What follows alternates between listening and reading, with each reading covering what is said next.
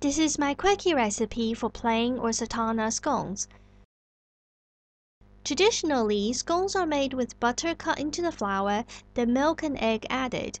But to make this a super easy and super cheap recipe, I have not used butter, eggs or milk, so I'm not sure if they still qualify as scones.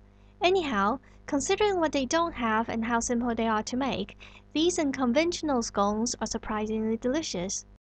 Preheat your oven to 200 degrees Celsius or 180 for a fan oven. 150 grams of self-raising flour in a bowl.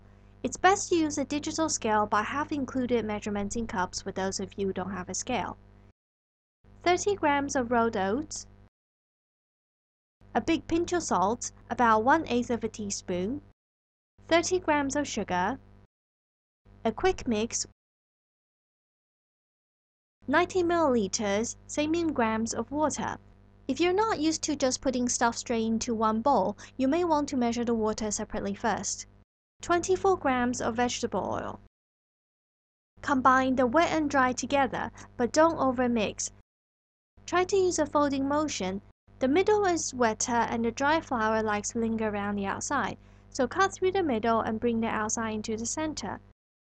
Stop when you don't see any more dry flour. Overmixing will make the scones tougher. If you want plain scones, then the dough is ready. I'm adding some sultanas today, 50 grams into the bowl. And again, I use the folding motion to incorporate. The less the dough is worked, the softer the inside of the scones will be. Now it's ready to spoon onto your baking tray that's lined with non-stick parchment paper. If you use foil, grease it with some vegetable oil. Spoon 6 mounds onto the tray. Make them even in size, more or less. Traditionally, scones are rolled out and cut with a pastry cutter, but I won't mind rustic. Besides, this dough is too wet and sticky for handling. I tried to cover up the sultanas, but not with very good effort.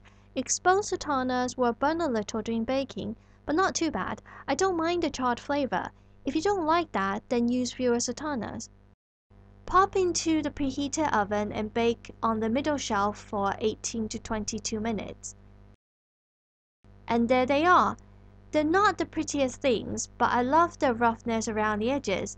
They should be eaten fresh out of the oven while they're warm. They will become dry the next day, or even in half a day.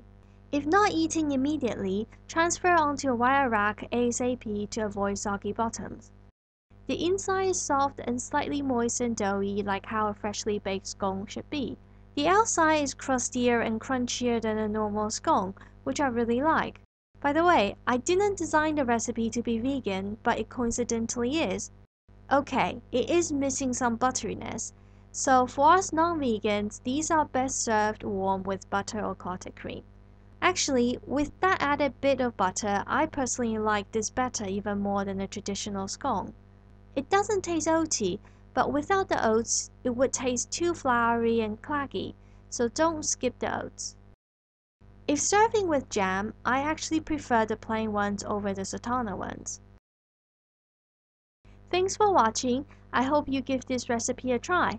There are lots more info in the About section, and please click like and/or share if you have enjoyed this video.